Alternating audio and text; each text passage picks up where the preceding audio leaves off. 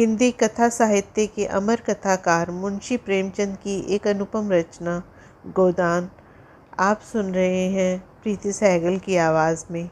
होरी अपने गांव के समीप पहुंचा तो देखा अभी तक गोबर खेत में ऊख गोड़ रहा है और दोनों लड़कियां भी उसके साथ काम कर रही हैं। लू चल रही थी, बगुले उड़ रहे थे, भूतल धधक रहा था जैसे प्रकृति ने वायु में आग घोल दी हो।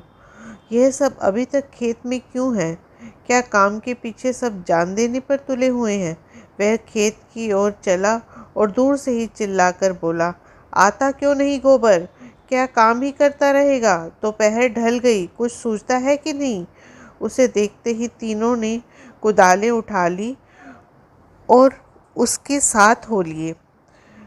गोबर सांवला, लंबा, एक हरा युवक था जिससे इस काम में रुचि न मालूम होती थी। प्रसन्नता की जगह मुख पर असंतोष और विद्रोह था। वह इसलिए काम में लगा हुआ था कि वह दिखाना चाहता था उसे खाने पीने की कोई फिक्र नहीं है। बड़ी लड़की सोना लज्जाशील कुमारी थी, सांवली, सुडौल, प्रसन्न और चपल। गाढ़े की लाल साड़ी जिसे वह घुटनों से मोड़कर कमर में बांधे हुई थी, उसके हल्के शरीर पर कुछ चीज़ लदी हुई सी थी और उसे प्रौढ़ता की गरिमा दे रही थी। छोटी रूपा 5-6 साल की छोकरी थी, मैली, सिर पर बालों का एक घोंसला सा बना हुआ, एक लंगोटी कमर में बांधी, बहुत ही डीठ और रोनी। रूपा ने होरी की टांगों से लिपटकर कहा, काका देखो, मैंने एक ढेला भी नहीं छोड़ा। बहन कहती है जा पेड़ तले बैठ, ढेले न तोड़े जाएंगे। काका तो मिट्टी कैसे बराबर होगी? होरी ने उसे गोद में उठाकर प्यार करते हुए कहा, तूने बहुत अच्छा काम किया बेटी, चल घर चले। कुछ देर अपने विद्रोह को दबाए रहने के बाद गोबर बोला, यह तुम रोज रोज मालिकों की खुशामद करने क्यों जाते हो? बाकी न चुके तो प्यादा आकर गालियां सुनाता है, बेगार देनी ही पड़ती है। नजर नजराना सब तो हमसे भराया जाता है, फिर किसी की क्यों सलामी करें? इस समय यही भाव होरी के मन में आ रहे थे, लेकिन लड़के के इस विद्रोह भाव को दबाना जरूरी था। बोला, सलामी करने न जाए तो रहें कहाँ? भगवान ने जब गुलाम बना ही दिया है तो अपना क्या बस है? यह इसी सलामी की बरकत है कि द्वार पर मड़िया डाल दी और किसी ने कुछ नहीं कहा। घूरे ने द्वार पर खूंटा गाड़ा था जिस पर कारिंदों ने 2 रुपए डाढ़ ले लिए थे। तेलिया से कितनी मिट्टी किस हमने खोदी, कालिंदे ने कुछ नहीं कहा। दूसरा खोदे तो नज़र देनी पड़े। अपने मतलब के लिए सलामी करते जाता हूँ। पाँव में सनीचर नहीं है और ना सलामी करने में कोई बड़ा सुख मिलता है। घंटों खड़े रहो तब जाके मालिक को खबर होती है। कभी बाहर निकलते हैं, कभी कहला देते हैं कि फुर्सत नहीं है। गोबर ने कटाक्ष किया, बड़े आदमियों की हाँ में हाँ मिलाने में कुछ न कुछ आनंद तो मिलता ही है, नहीं तो लोग मेमोरी करने के लिए क्यों खड़े हों? जब सिर पर पड़ेगी तब मालूम होगा बेटा। अभी जो चाहे कह लो। पहले मैं भी यही सब बातें सोचा करता था, पर अब मालूम हुआ है कि हमारी गर्दन दूसरों के पैरों के नीचे दबी हुई है, अकड़ कर निभा नहीं हो सकता। पिता पर अपना क्रोध उतार कर गोबर कुछ शांत हो गया और चुपचाप चलने लगा। सोना ने देखा रूपा बाप की गोदी में चढ़ी बैठी है तो ईर्ष्या हुई। उसे डांट कर बोली, अब गोद से उतरकर पाँव पाँव क्यों नहीं चलती? क्या पाँव टूट गए हैं? रूपा ने बाप की गर्दन में हाथ डालकर ढिठाई से कहा, ना उतरेंगे, जाओ। काका बहन हमको रोज चिढ़ाती है कि तू रूपा है, मैं सोना हूँ, मेरा नाम कुछ और रख दे। होरी ने सोना को बनावटी रोष से देखकर कहा, तू इसे क्यों चिढ़ाती है सोनिया? सोना तो देखने को है, निभाते रूपा से होता है। रूपा न हो तो रुपये कहाँ से बने बता? सोना ने अपने पक्ष का समर्थन किया। सोना ना हो तो मोहन माला कैसे बने, नथुनिया कहाँ से आए, कंठा कैसे बने? गोबर भी इस विनोद में विवाद में शरीक हो गया। रूपा से कहा, तो कह दे सोना तो सूखी पत्ती की तरह पीला होता है, रूपा तो उजला होता है जैसे सूरज। सोना बोली, शादी ब्याह में पीली साड़ी पहनी जाती है, उजली साड़ी कोई नहीं पहनता। रूपा इस दलील से परास्त हो गई। गोबर और होरी की कोई दलील उसके सामने न ठहर सकी। उसने शुद्ध आंखों से होरी को देखा। होरी को एक नई युक्ति सूझ गई। बोला, सोना बड़े आदमियों के लिए है, हम गरीबों के लिए तो रूपा है। जैसे जौ को राजा कहते हैं, गेहूं को चमार, इसलिए न कि गेहूं बड़े आदमी खाते हैं जो हम लोग खाते हैं। सोना के पास इस सबल युक्ति का कोई जवाब न था। परास्त होकर बोली, तुम सब जने एक से हो गए हो, नहीं तो रुपया को रुलाकर छोड़ती। रूपा ने उंगली मटकाकर कहा, हे राम, सोना चमार। इस विजय का उसे इतना आनंद हुआ कि बाप की गोद में न रह सकी, जमीन पर कूद पड़ी और उछल उछल कर यही रट लगाने लगी, रूपा राजा सोना चमार, रूपा राजा सोना चमार। ये लोग घर पहुंचे तो धनिया द्वार पर खड़ी उनकी बाट जो रही थी। रुष्ट होकर बोली, आज इतनी देर क्यों की गोबर? काम के पीछे कोई प्राण थोड़ी ना ही दे देता है। फिर पति से गर्म होकर कहा, तुम भी वहीं से कमाई करके लौटे तो खेत में पहुंच गए। खेत कहीं भागा जाता था? द्वार पर कुआं था। होरी और गोबर ने एक एक कलसा पानी सर पर उड़ेला, रूपा को नहलाया और भोजन करने गए। जौ की रोटियां थी, पर गेहूं जैसी सफ़ेद और चिकनी। अरहर की दाल थी जिसमें कच्चे आम पड़े हुए थे। रूपा बाप की थाली में खाने बैठी। सोना ने उसे ईर्ष्या भरी आंखों से देखा, मानो कह रही हो, वाह रे दुलार। धनिया ने पूछा, मालिक से क्या बातचीत हुई? होरी ने लोटा भर पानी चढ़ाते हुए कहा, यही तहसील वसूल की बात थी, और क्या। हम लोग समझते हैं बड़े आदमी बहुत सुखी होते हैं, लेकिन सच पूछो तो वे हमसे भी ज़्यादा दुखी हैं। हमें अपने पेट की चिंता है तो उन्हें हज़ारों चिंताएं घेरी रहती हैं। राय साहब ने और क्या क्या कहा, कुछ होरी को याद ना था। उसको सारे कथन का खुलासा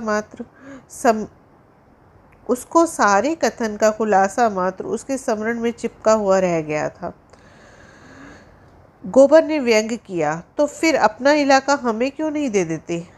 हम अपने खेत, बैल, हल, कुदाल सब उन्हें देने को तैयार हैं। करेंगे बदला?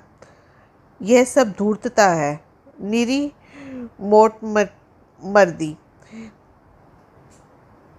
जिससे दुख होता है वह दर्जनों मोटरें नहीं रखता, महलों में नहीं रहता, हलवा पूड़ी नहीं खाता और ना नाच रंग में लिप्त रहता है। मजे से राज का सुख भोग रहे हैं, उस पर दुखी हैं। होरी ने चुजलाकर कहा, अब तुमसे बहस कौन करे भाई? जेजात किसी से छोड़ी जाती है कि वह छोड़ देंगे? हमको खेती से क्या मिलता है? एक आने नफरी की मजदूरी भी तो नहीं पड़ती। जो 10 रुपये महीने का भी नौकर है वह भी हमसे अच्छा खाता पहनता है, लेकिन खेतों को छोड़ा तो नहीं जाता। खेती छोड़ दे तो क्या करें? नौकरी कहीं मिलती नहीं, फिर मर्जात भी तो पालना ही पड़ता है। खेती में जो मर्जात है वह नौकरी में तो नहीं है। इसी तरह ज़मींदारों का हाल भी समझ लो, उनकी जान को भी तो सैकड़ों रोग लगे हुए हैं। हाकिमों को रसद पहुंचाओ, उनकी सलामी करो, अमलों को खुश करो, तारीख पर मालगुजारी न चुका दे तो हवालात हो जाए, कुड़की आ जाए। हमें तो कोई हवालात नहीं ले जाता, 2-4 गालियां घुड़कियां ही तो मिलकर रह जाती हैं। गोबर ने प्रतिवाद किया, यह सब कहने की बातें हैं। हम लोग दाने दाने को मोहताज हैं। देह पर साबित कपड़े नहीं हैं, चोटी पर पसीना एड़ी तक आता है, जब भी गुजर नहीं होती। उन्हें क्या, मौज से गद्दी मसनद लगाए बैठे हैं। सैकड़ों नौकर चाकर हैं, हजारों आदमियों को पर हुकूमत है। रुपये न जमा होते तो सुख तो सभी का भोगते हैं। धन लेकर आदमी और करता भी क्या है? तुम्हारी समझ में हम और वह बराबर हैं? भगवान ने तो सबको बराबर ही बनाया है। यह बात नहीं है बेटा। छोटे बड़े भगवान के घर से बनकर आते हैं। संपत्ति बड़ी तपस्या से मिलती है। उन्होंने पूर्व जन्म में जैसे कर्म किए हैं उसका आनंद भोग रहे हैं। हमने कुछ नहीं संचा तो भोगे क्या? यह सब मन को समझाने की बातें हैं। भगवान सबको बराबर बनाते हैं। यहाँ जिसके हाथ में लाठी है वह गरीबों को कुचलकर बड़ा आदमी बन जाता है। यह तुम्हारा भ्रम है। मालिक आज भी 4 घंटे रोज भगवान का भजन करते हैं। जिसके बल पर हम भजन भाव और दान धर्म होता है, अपने बल पर नहीं, किसानों के बल पर और मजदूरों के बल पर। यह पाप का धन पचे कैसे, इसलिए दान धर्म करना पड़ता है। भगवान का भजन भी इसलिए ही होता है। भूखे नंगे रहकर भगवान का भजन करें तो हम भी देखें। हमें कोई दोनों जून खाने को दे दे तो हम आठों पहर भगवान का जाप ही करते रहें। एक दिन खेत में ऊख कोड़नी पड़े तो सारी भक्ति भूल जाए। होरी ने हार कर कहा, अब तुम्हारे मुंह कौन लगे भाई, तुम तो भगवान की लीला में भी टांग अड़ाते हो। तीसरे पहर गोबर कुदाल लेकर चला तो होरी ने कहा, जरा ठहर जाओ बेटा, हम भी चलते हैं। तब तक थोड़ा सा भूसा निकाल कर रख दो, मैंने भोला को देने को कहा है, बेचारा आजकल बहुत तंग है। गोबर ने अवज्ञा भरी आंखों से देखकर कहा, हमारे पास बेचने को भूसा नहीं है। बेचता नहीं हूँ भाई, यूं ही दे रहा हूँ। वह संकट में है, उसकी मदद तो करनी पड़ेगी। हमें तो उन्होंने कभी एक गाय नहीं दी। दे तो रहा था पर हमने ली ही नहीं। धनिया बटक कर बोली, गाय नहीं नहीं, वह भला इन्हें गाय दे देगा। आँख में अंजन लगाने को कभी चुल्लू भर दूध तो भेजा नहीं, गाय देगा। होरी ने कसम खाई, नहीं जवानी कसम, अपनी पछाई गाय दे रहा था। हाथ तंग है, भूसा चारा नहीं रख सके, तब एक गाय बेचकर भूसा लेना चाहते हैं। मैंने सोचा संकट में पड़े आदमी की गाय क्या लूं, थोड़ा सा भूसा दिए देता हूँ। कुछ रुपए हाथ आ जाएंगे तो गाय ले लूँगा, थोड़ा थोड़ा करके चुका दूंगा। 80 रुपए की है, मगर ऐसी कि आदमी देखता रहे। गोबर ने आड़े हाथों लिया, तुम्हारा ये धर्मात्मापन तो तुम्हारी दुर्गत कर रहा है। साफ साफ तो बात है, 80 रुपए की गाय है, हमसे 20 रुपए का भूसा ले ले और गाय हमें दे दे, 60 रुपए रह जाएंगे, वह हम धीरे धीरे दे देंगे। होरी मुस्कुराया, मैंने ऐसी चाल सोची है कि गाय सेत में से हाथ आ जाए। कहीं भोला की सगाई ठीक करनी है, बस 2-4 मन भूसा तो खाली अपना रंग जमाने को देता हूँ। गोबर ने तिरस्कार किया, तो तुम अब उसकी सगाई ठीक करते फिरोगे? धनिया ने तीखी आंखों से देखा, अब यही एक उधम तो रह गया है, नहीं देना है हमें भूसा किसी को। यहाँ भोला भाली किसी का कर्ज नहीं खाया है। होरी ने अपनी सफाई दी, अगर मेरे जतन से किसी का घर बस जाए तो इसमें कौन सी बुराई है। गोबर ने चिलम उठाई और आग लेने चला गया। उसे ये झमेला बिल्कुल नहीं भाता था। धनिया ने सिर हिलाकर कहा, जो उसका घर बसाएगा वह 80 रुपए की गाय लेकर चुप न होगा, एक थैली गिनवाएगा। होरी ने पुचार दिया, मैं जानता हूँ, लेकिन उसकी भलमानसी को भी तो देखो। मुझसे जब मिलता है तब बखान ही करता है, ऐसी लक्ष्मी है, ऐसी सलीकेदार है। धनिया के मुख पर सनिग्धता झलक पड़ी। मन मन भाई मुड़िया हिलाए वाले भाव से बोली, मैं उसके बखान की भूखी नहीं हूँ, पर बखान धरे रहे, अपना बखान धरे रहे। होरी ने स्नेह भरी मुस्कान के साथ कहा, मैंने तो कह दिया भैया, वह नाक पर मक्खी भी नहीं बैठने देती। गालियों से बात करती है, लेकिन वह यही कहे कि वह औरत नहीं, लक्ष्मी है। बात यह है कि उसकी घरवाली जुबान की बड़ी तेज थी। बेचारे उसके डर के मारे भागा भागा फिरता था। कहता था, जिस दिन तुम्हारी घरवाली का मुंह सुबह सवेर देख लेता हूँ, उस दिन कुछ न कुछ ज़रूर हाथ लगता है। मैंने कहा, तुम्हारे हाथ लगता होगा, यहाँ तो रोज़ देखते हैं, कभी पैसे से भेंट नहीं होती। तुम्हारे भाग ही खोटे हैं, तो मैं क्या करूँ। लगा अपनी घरवाली की बुराई करने। भिखारी की को भीख तक नहीं देती थी, झाड़ू लेकर मारने दौड़ती थी। लालची ऐसी थी कि नमक तक दूसरों के घर से मांग लाती थी। मरने पर किसी की क्या बुराई करूं, मुझे देखकर जल उठती थी। भोला बड़ा गमखोर था कि उसके साथ निभाह कर दिया। दूसरा होता तो जहर खा के मर जाता। मुझसे 10 साल बड़े होंगे भोला, पर राम राम पहले ही करते थे। तो क्या कहते थे, जिस दिन तुम्हारी घरवाली का मुंह देख लेता हूँ तो क्या होता है, उस दिन भगवान कहीं ना कहीं से कुछ भेज देते हैं। बहुएं भी तो वैसी ही चिटोरी नाई हैं। अब की सबों ने 2 रुपए के खरबूजे उधार खा डाले। उधार मिल जाए फिर उन्हें चिंता नहीं होती कि देना पड़ेगा या नहीं। अरे भोला, रोते काहे को हो? गोबर आकर बोला, भोला दादा आ गए हैं, मन दो मन भूसा है, वह उन्हें दे दो, फिर उनकी सगाई ढूंढने निकलो। धनिया ने समझाया, आदमी द्वार पर बैठा है, उसके लिए खाट वाट तो डाल नहीं दी, ऊपर से लगे भुनभुनाने। कुछ तो भलमानसी सीखो। कलसा ले जाओ, पानी भर कर रख दो, हाथ मुंह धोए, कुछ रस पानी पिला दो। मुसीबत में ही आदमी दूसरों के सामने हाथ फैलाता है। होरी बोला, रसवस का काम नहीं है। कौन कोई पाहुने हैं? धनिया बोले, पाहुने और कैसे होते हैं, रोज तो तुम्हारे द्वार पर आते नहीं हैं। इतनी दूर से धूप धाम में आए हैं, प्यास लगी ही होगी। रूपा देख, डब्बे में तंबाकू है कि नहीं। गोबर के मारे काहे को बची, दौड़कर 1 पैसे का तंबाकू दुकान से ले आ। भोला की आज जितनी खातिर हुई और कभी नहीं हुई। गोबर ने खाद डाल दी, सोना रस घोल लाई, रूपा तंबाकू भर लाई। धनिया द्वार पर किवाड़ की आड़ में खड़ी अपने कानों से अपना बखान सुनने के लिए अधीर हो रही थी। भोला ने चिलम हाथ में लेकर कहा, अच्छी घरनी घर में आ जाए तो समझ लो लक्ष्मी आ गई। वही जानती है छोटे बड़े का आदर सत्कार कैसे करना चाहिए। धनिया के हृदय में उल्लास का कंपन हो रहा था। चिंता, निराशा और अभाव से आहत आत्मा इन शब्दों में एक कोमल शीतल स्पर्श का अनुभव कर रही थी। होरी जब भोला को खांचा उठाकर भूसा लाने अंदर चला तो धनिया भी पीछे पीछे चली। होरी ने कहा, जाने कहाँ से इतना बड़ा खांचा मिल गया, किसी बुड़बुंजे से मांग लिया होगा, मन भर से कम ना भरेगा। 2 खांचे भी दिए तो 2 मन निकल जाएगा। धनिया फूली हुई थी, मलामत की आंखों से देखती हुई बोली, या तो किसी को न्योता न दो और दो तो पेट भर खिलाओ। तुम्हारे पास फूल पत्र लेने थोड़े ही आए हैं कि चंगेरी लेकर चलते।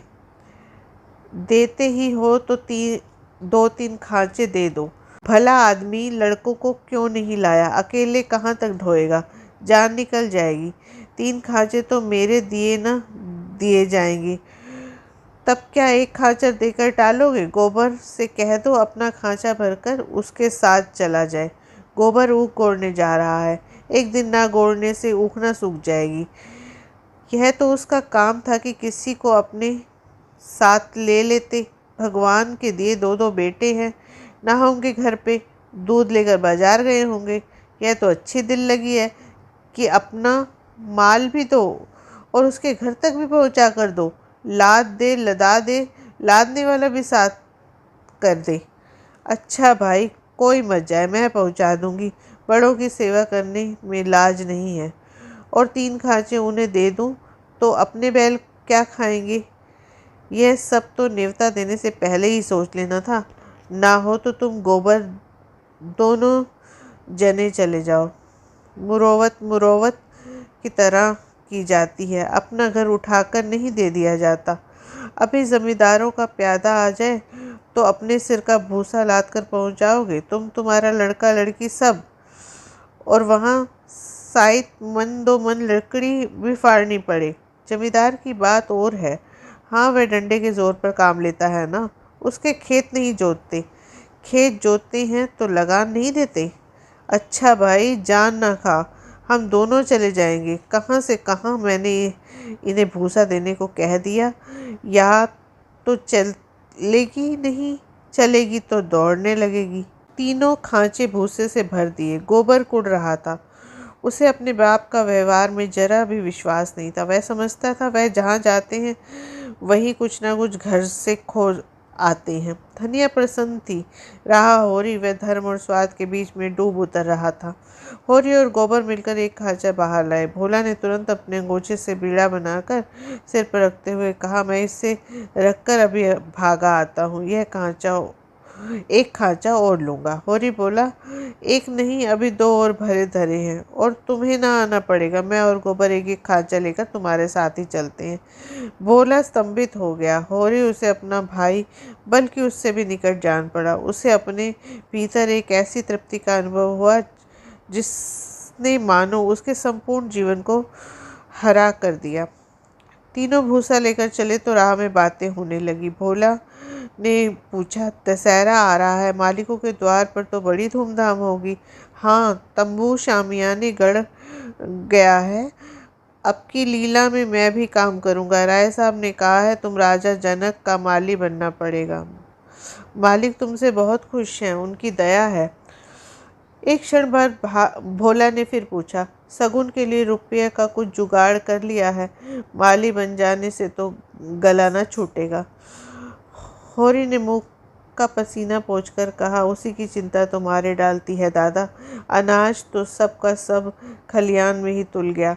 जमींदार ने अपना लिया, महाजन ने अपना लिया, मेरे लिए 7 सेर अनाज बच रहा है। ये भूसा तो मैंने रातों रात ढोकर छिपा दिया था, नहीं तो तिनका भी ना बचता। जमींदार तो एक ही है मगर महाजन 3-3 है।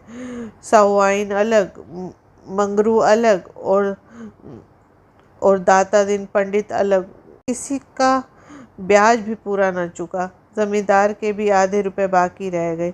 साहुआइन से फिर रुपया उधार लिया तो काम चला। अब तक किफ़ायत करके देख लिया भाई, कुछ नहीं होता। हमारा जन्म इसलिए हुआ है कि अपना रक्त बहाएं और बड़ों का घर भरें। मूल का दुगना सूद भर चुका और मूल जो का त्यों सिर पर खड़ा है। लोग कहते हैं गमी में खुशी, गमी में तीरथ व्रत में हाथ बांध कर खर्च करो, मुदा रास्ता कोई नहीं दिखता। राय साहब के बेटे के ब्याह में 30,000 लुटा दिए, उसे कोई कुछ नहीं कहता। मंगरू ने अपने बाप की क्रियाक्रम में 5,000 लगाए, उनसे कोई कुछ नहीं पूछता। वैसी ही मर्जात तो सबकी है। भोला ने करुण भाव से कहा, बड़े आदमियों की बराबरी तुम कैसे कर सकते हो भाई? आदमी तो हम भी हैं। कौन कहता है कि हम तुम आदमी हैं?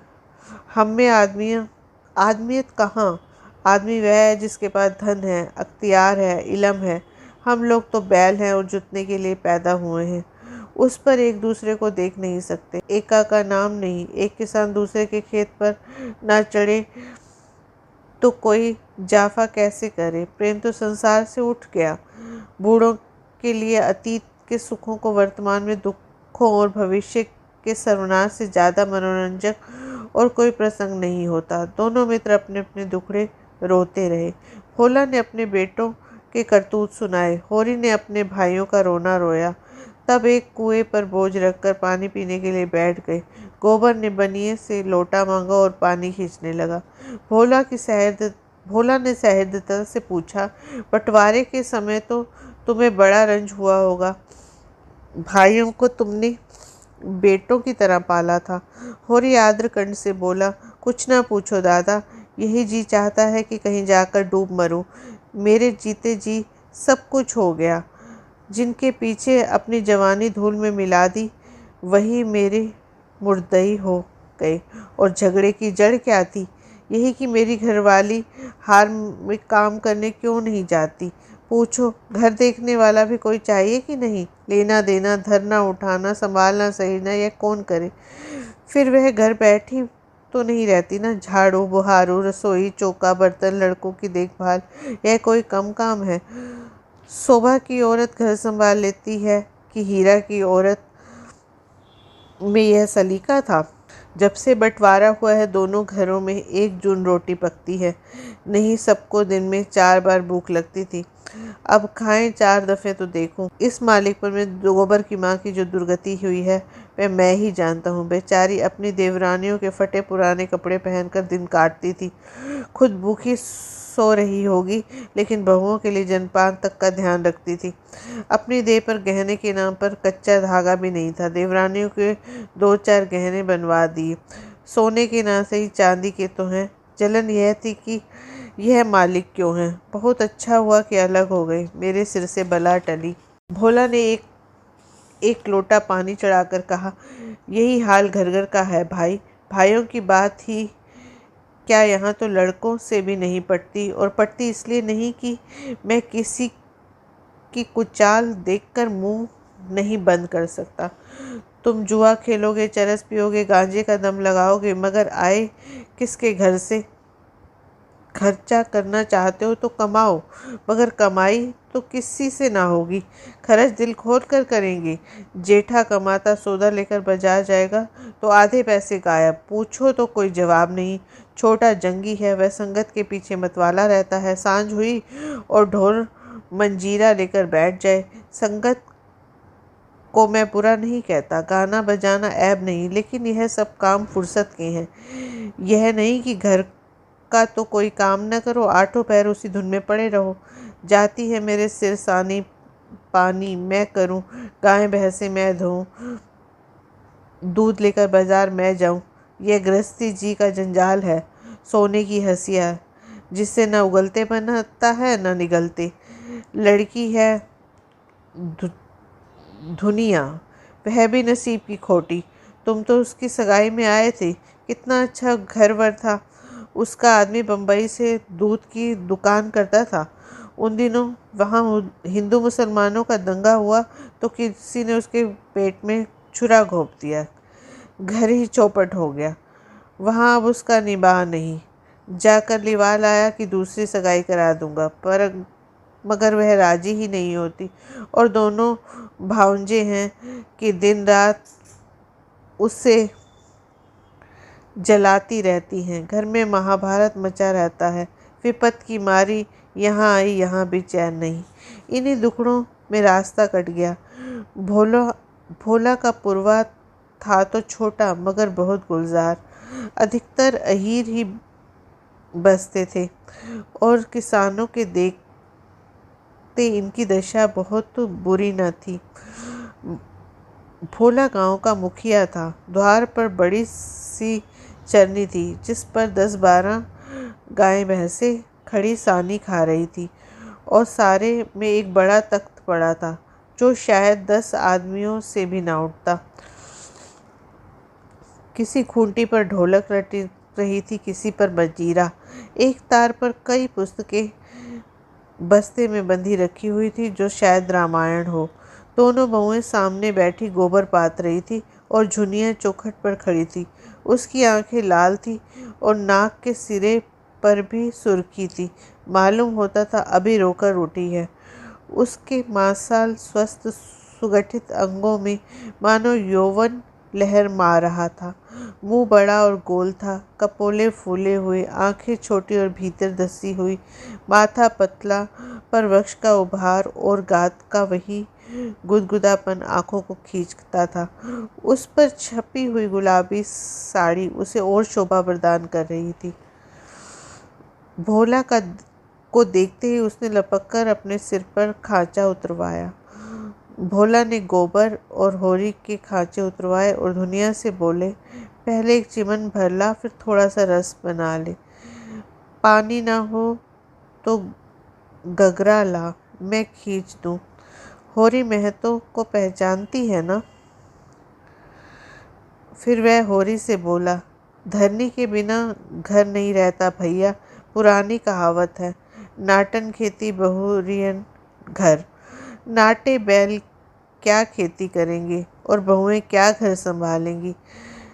जब से इसकी माँ मरी है, जैसे घर में बरकत ही उठ गई। बहुएं आटा पात लेती हैं, पर गृहस्थी चलाना क्या जाने। हाँ, मुंह चलाना खूब जानती हैं। लौंडे कहीं फर पर जमे होंगे। सबके सब आलसी हैं, कामचोर। जब तक जीता हूँ इनके पीछे मरता हूँ, मर जाऊंगा तो आप सिर पर हाथ धरकर रोएंगे। लड़की भी वैसे ही है, छोटा सा ओढ़ना भी करेगी तो भुन भुना कर। मैं तो सह लूँगा, कसम थोड़े ही सहेगा। दुनिया एक हाथ में भरी हुई चिलम, दूसरे में रस का लोटा लिए बड़ी फुर्ती से आ पहुंची। फिर रस्सी और कलसा लेकर पानी भरने चली गई। गोबर ने उसके हाथ से कलसा लेने के लिए हाथ बढ़ाकर झेपते हुए कहा, तुम रहने दो, मैं भरे लाता हूँ। दुनिया ने कलसा न दिया। कुएं के जगत पर जाकर मुस्कुराती हुई बोली, तुम हमारे मेहमान हो। कहोगे एक लोटा पानी भी किसी ने ना दिया। मेहमान काहे से हो गया, तुम्हारा पड़ोसी ही तो हूँ। पड़ोसी साल भर में एक बार भी सूरत ना दिखाए तो मेहमान ही है। रोज रोज आने में मर्जात भी तो नहीं रहती। दुनिया हंसकर तिरछी नजरों से देखती हुई बोली, वही मर्जात तो दे रही हूँ। महीने में एक बेर आओगे ठंडे पानी दूंगी, 15 दिन आओगे चिलम पाओगे, 7वें दिन आओगे खाली बैठने को माची दूंगी। रोज रोज आओगे कुछ ना पाओगे। दर्शन तो दोगी, दर्शन के लिए पूजा करनी पड़ेगी। यह कहते कहते जैसे कोई भूली हुई बात याद आ गई, उसका मुंह उदास हो गया। वह विधवा है। उसके नारित्व के द्वार पर पहले उसका पति रक्षक बना बैठा रहता था। वह निश्चिंत थी, पर अब उस द्वार पर कोई रक्षक न था, इसलिए वह द्वार को सदैव बंद रखती है। कभी कभी घर के सूनेपन से उकताकर वह द्वार खोलती है, पर किसी को आते देखकर भयभीत होकर दोनों पट भेड़ लेती है। गोबर ने कलसा भरकर निकाला, सभी ने रस पिया और एक चिलम तम्बाकू पीकर लौटे। भोला ने कहा, कल तुम आकर गाय ले जाना गोबर, इस बखत तो सानी खा रही है। गोबर की आंखें उसी गाय पर लगी हुई थी और मन ही मन वह मुग्ध हुआ जाता था। गाय इतनी सुंदर और सुडौल है, इसकी उसने कल्पना भी ना की थी। होरी ने लोभ को रोक कर कहा, मंगवा लूँगा, जल्दी क्या है। तुम्हें जल्दी ना हो, हमें तो है। उसे द्वार पर देकर तुम्हें वह बात याद रहेगी। उसकी मुझे बड़ी फिक्र है दादा, तो कल गोबर को भेज देना। दोनों ने अपने अपने खांचे सिर पर रखे और आगे बढ़े। दोनों इतने प्रसन्न थे मानो ब्याह करके लौटे हों। होरी को तो अपने चिर संचित अभिलाषा के पूरे होने का हर्ष था, और वह भी बिना पैसे के। गोबर को इससे भी बहुमूल्य वस्तु मिल गई थी। उसके मन में अभिलाषा जाग उठी थी। अवसर पाकर उसने पीछे की तरफ देखा। झुनिया द्वार पर खड़ी थी, मन आशा की भांति अधीर, चंचल।